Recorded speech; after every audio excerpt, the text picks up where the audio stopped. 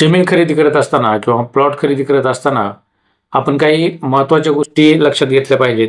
जी property तुम्ही विकत घेताय त्या प्रॉपर्टीबद्दलची पूर्ण माहिती आपल्याला असणं गरजेचं असतं.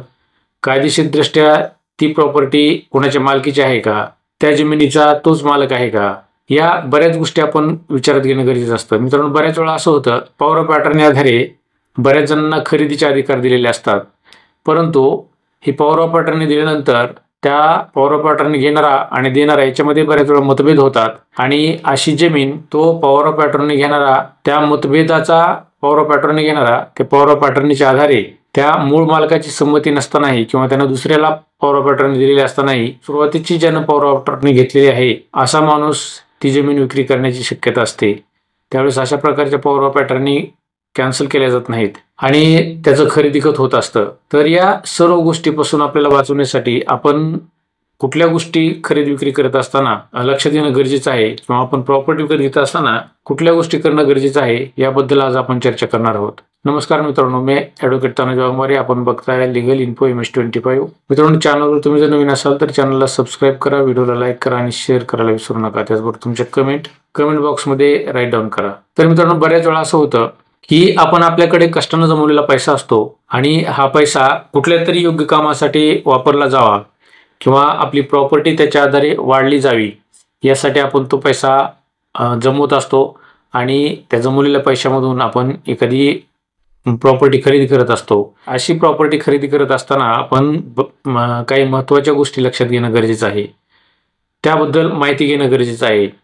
जी जमीन किंवा जो प्लॉट आपण विकत घेतोय त्या प्लॉटबद्दल, त्याच्या क्षेत्रफळाबद्दल किंवा त्याचा मूळ मालक कोण आहे, त्या मालकाला राईट आहेत का किंवा त्या सातबाऱ्यावर एकाच मालकाचं नाव आहे आणि त्याच्यामध्ये इतरांचे हक्क आहेत का, या सर्व गोष्टींचा विचार आपण करणं अतिशय महत्त्वाचं असतं. कारण आपण एकदा या प्रॉपर्टीची खरेदी केल्यानंतर त्यामध्ये जर काही प्रॉब्लेम आले किंवा कोणाचा हिस्सा असेल आणि आपण या गोष्टी न पाहता जर खरेदी केलेली असेल तर आपल्याला अतिशय बिकट परिस्थितीला तोंड द्यावं लागतं. आपल्यावर अनंत अडचणी येतात, आपल्याला कोर्टामध्ये जावं लागतं, अशा वादविवादाला तोंड द्यावं लागतं, अशा अनेक गोष्टीला आपल्याला फेस करावं लागतं. तर त्याच्यासाठी आपण खरेदी करत असताना कुठल्या गोष्टी करणं महत्त्वाचं आहे, तर त्यामध्ये सगळ्यात महत्त्वाची गोष्ट म्हणजे जी प्रॉपर्टी जो मालक खरेदी करण्यासाठी ऑफर करतोय ती प्रॉपर्टी त्याच्या मालकीची आहे का, त्याच मालकाचं नाव त्या प्रॉपर्टीवर आहे का,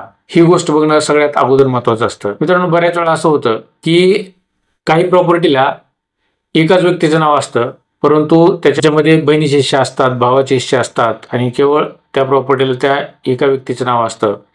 त्या प्रॉपर्टीचं वाटणीपत्र झालेलं नसतं. त्यामुळं सातबारावर जरी नावं नसली तरी बऱ्याच लोकांचे त्या प्रॉपर्टीमध्ये हक्क असतात. अशी प्रॉपर्टी विकत घेत असताना त्या प्रॉपर्टीबद्दलची हिस्ट्री काढून घेणं अतिशय महत्त्वाचं असतं. ती प्रॉपर्टी त्या एकट्याच्या मालकीची आहे का, तो जमीन विकणारा माणूस एकमेव त्या प्रॉपर्टीचा मालक आहे का. तर अशा वेळेस आपण तो जर माणूस एकमेव त्या प्रॉपर्टीचा मालक असेल, स्वतंत्र मालक असेल, तर आपण खरेदी करायला काही हरकत नसते. मित्रांनो, बऱ्याच वेळा असं होतं ज्याला पॉवर ऑफ अटर्नी दिलेली आहे ती पॉवर ऑफ अटर्नी त्याची फायनल पॉवर ऑफ अटर्नी आहे का किंवा त्याला खरंच ते अधिकार दिलेले आहेत का, या गोष्टी बघणं महत्त्वाचं असतं. त्याबरोबरच त्याचा जो मूळ मालक आहे त्या मूळ मालकाची आपण भेट घेणं, त्याच्याबरोबर चर्चा करणं, या गोष्टी आपण करणं अतिशय महत्त्वाचं असतं. त्यामुळे केवळ पॉवर ऑफ अटर्नी आहे आणि त्यामध्ये त्याला खरेदी विक्री करण्याचे अधिकार दिलेले आहेत, कोर्ट मॅटर चालवण्याचे अधिकार दिलेले आहेत. या पॉवर ऑफ अटर्नीमधील फॅक्ट वाचून आपण त्याच्यावर विश्वास ठेवता कामा नये. कारण ती प्रॉपर्टी आपण खरेदी करत असताना आपण त्या समोरच्या व्यक्तीला पैसे दिलेले असतात आणि बऱ्याच वेळा फसवणूक होत असते.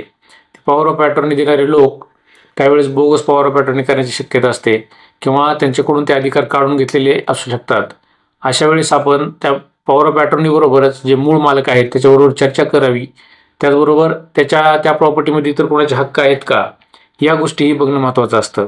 त्याच्यानंतर तिसरी महत्त्वाची गोष्ट मित्रांनो, आपण एखादी प्रॉपर्टी विकत घेत असताना एखाद्या डॅममध्ये ती जमीन संपादित झालेली आहे का, एखाद्या नॅशनल हायवेसाठी संपादित झालेली आहे का, अशा गोष्टी बघणं आपण महत्त्वाचं असतं. कारण काय होतं, बऱ्याच वेळा भूसंपादनाच्या नोटीस आल्यानंतर अनेक लोक त्या प्रॉपर्टी विक्री करण्याची शक्यता असते. अशी बरीच उदाहरणं घडलेली आहेत की भूसंपादनाची प्रक्रिया सुरू झाल्यानंतर आणि त्यांचे अवॉर्ड डिक्लेअर झाल्यानंतर त्या प्रॉपर्टी शासनाच्या नावावर न जाता किंवा ते मूळ मालकाचं नाव त्या प्रॉपर्टीमध्ये राहतं, सातबारावर राहतं आणि दरम्यानच्या काळामध्ये जे मूळ मालक असतात ती प्रॉपर्टी सेल आउट करतात आणि त्याच्या आधारे खरेदी करत असताना आपल्याकडून पैसा घेत असतात. त्यामुळं आपण खरेदी करत असलेली प्रॉपर्टी ही संपादित आहे का, एखाद्या डॅममध्ये गेलेली आहे का, किंवा एखाद्या नॅशनल हायवेमध्ये ती प्रॉपर्टी गेलेली आहे का, किंवा इतर कारणासाठी शासनाने ती संपादित केलेली आहे का, याबद्दलची हिस्ट्री आपण बघणं महत्त्वाचं असतं. त्याबद्दल चौकशी करणं गरजेचं असतं. बऱ्याच वेळा असं असतं की काही जमिनी या वर्ग 1 मध्ये असतात तर काही जमिनी या वर्ग 2 मध्ये असतात. वर्ग 2 मध्ये जमिनी जर असतील तर वर्ग 2 मधल्या जमिनीचं हस्तांतरण करता येत नाही. परंतु या वर्ग 2 मधल्या जमीन हस्तांतरित करत असताना त्याच्यासाठी कलेक्टरची परमिशन आवश्यक असते आणि कलेक्टरची परमिशन कलेक्टरची परमिशन घेत असताना त्या प्रॉपर्टीत नजराणा दिलेला आहे का, त्या प्रॉपर्टीला ट्रान्सफर करण्याची परमिशन कलेक्टरने दिलेली आहे का, या गोष्टीचा विचार करणे अतिशय महत्त्वाचं असतं. त्याचबरोबर बऱ्याच प्रॉपर्टी अशा असतात की त्या प्रॉपर्टींच्या इतर हक्कामध्ये पुढील जबाबदारी असतो, बँकेचं लोन असतं किंवा काही जमिनी संपादित असतात. याची नोंद सातबाराच्या इतर हक्कामध्ये केलेली असते. आपण या गोष्टीचा विचार न करता बऱ्याच वेळा केवळ मालकी हक्कात जे नाव आहे त्या नावाचा विचार करून आपण ती प्रॉपर्टी खरेदी करत असतो. त्यामुळं या सर्व गोष्टींचा विचार करणं गरजेचं असतं. त्याचबरोबर मित्रांनो, या प्रॉपर्टी खरेदी करत असताना आपण साधारणतः 30 वर्षाचा सर्च रिपोर्ट त्या प्रॉपर्टीचा घेणं गरजेचं असतं. मित्रांनो, सर्च रिपोर्ट घेत असताना संबंधातील जे अनुभवी विधिज्ञ असतील त्या विधिज्ञांमार्फत त्या प्रॉपर्टीचा सर्च रिपोर्ट घेणं गरजेचं असतं. कारण सर्च रिपोर्ट आपण घेत असताना ती प्रॉपर्टी मूळ कोणाच्या नावे आहे, ती प्रॉपर्टी कशा पद्धतीने ट्रान्सफर झालेली आहे, ती वर्ग 1 मध्ये वर्ग 2 मध्ये आहे का, त्या जमिनीचं भूसंपादन झालेलं आहे का, त्या जमिनीवर कर्ज बोजा आहे का, त्या जमिनीमध्ये इतर कोणाचे हक्क आहेत का, त्या जमिनीवर पोडीचा बोजा आहे का, किंवा ती जमीन इनामी जमीन आहे का, देवस्थानची जमीन आहे का, अशा प्रकारच्या सर्व गोष्टी आपण सर्च रिपोर्ट घेत असताना त्या जमिनीच्या आपल्याला माहीत होत असतात. त्यामुळं एखादी प्रॉपर्टी आपण खरेदी करत असताना त्या प्रॉपर्टीचा सर्च घेणं अतिशय महत्त्वाचं असतं.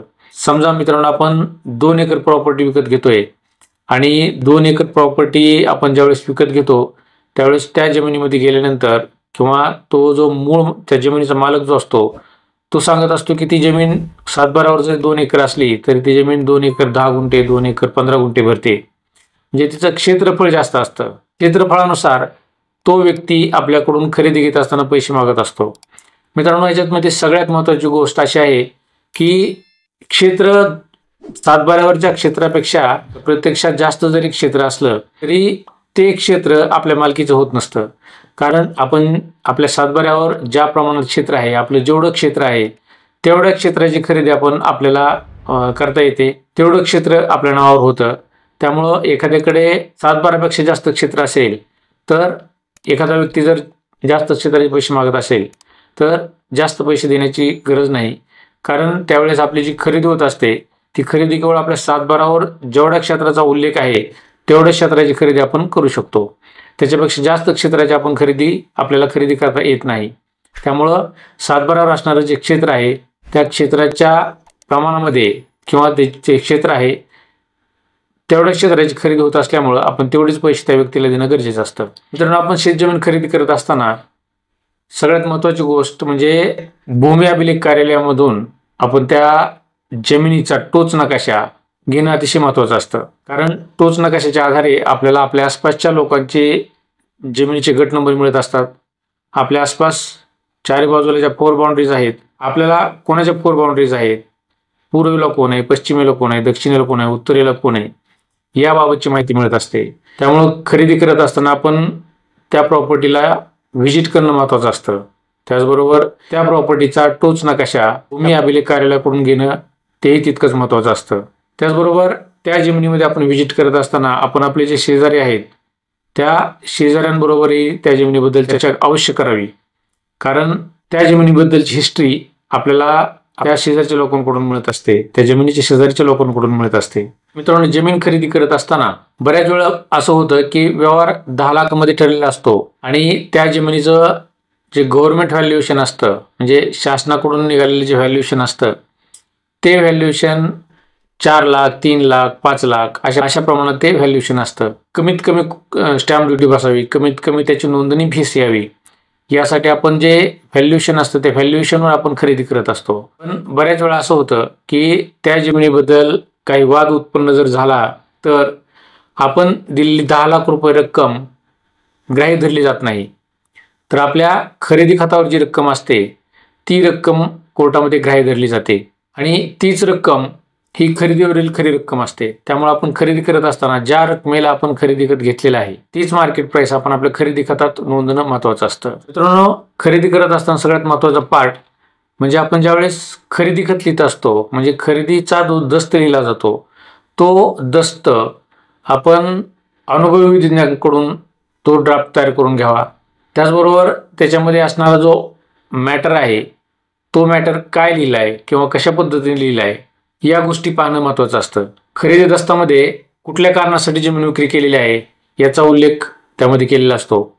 त्याच्यामध्ये कोणाचे हिस्से आहेत का याचाही उल्लेख त्याच्यामध्ये केलेला असतो. ती स्वतंत्र मालकी जमीन आहे का किंवा ती सामायिक जमीन आहे याबाबतही त्यामध्ये एक्सप्लेनेशन दिलेलं असतं, त्याच्यामध्ये लिहिलेलं असतं. जो आपण खरेदस्त लिहितोय किंवा ज्या जमिनीची आपण खरेदी घेतोय त्या जमिनीच्या मालकानं त्या खरेदी खतामध्ये कुठल्या प्रकारचा उल्लेख केलेला आहे, काय एक्सप्लेनेशन केलेलं आहे ते पाहणं महत्त्वाचं असतं. त्याचबरोबर मित्रांनो, खरेदी खतामध्ये आपण साक्षीदार देत असताना जे 2 साक्षीदार आपण देत असतो ते साक्षीदार प्रतिष्ठित साक्षीदार असणं गरजेचं असतं.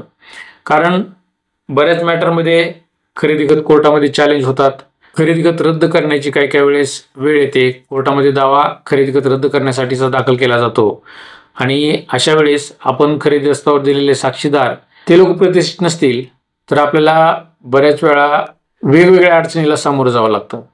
त्यामुळे मित्रांनो, खरेदी खत घेत असताना त्या जमिनीची हिस्ट्री बरोबरच खरेदी खतापर्यंतच्या ज्या प्रोसिजर आहेत, मी आता सांगितलेल्या ज्या महत्त्वाच्या गोष्टी आहेत त्या सर्व गोष्टींची तंतोतंत पाहणी आपण करावी. त्याच्यानंतरच खरेदी खत करण्याचा किंवा ती जमीन खरेदी घेण्याचा निर्णय घ्यावा, जेणेकरून आपल्याला पुढे कुठल्याही प्रकारच्या अडीअडचणी येणार नाहीत, आपल्याला त्रास होणार नाही, आपल्याला कोर्टामध्ये जावं लागणार नाही आणि आपण केलेला व्यवहार सुरळीत पार पडेल, आपला व्यवहार क्लीन आणि क्लिअर राहील. या गोष्टींची आपण जरूर काळजी घ्यावी. धन्यवाद.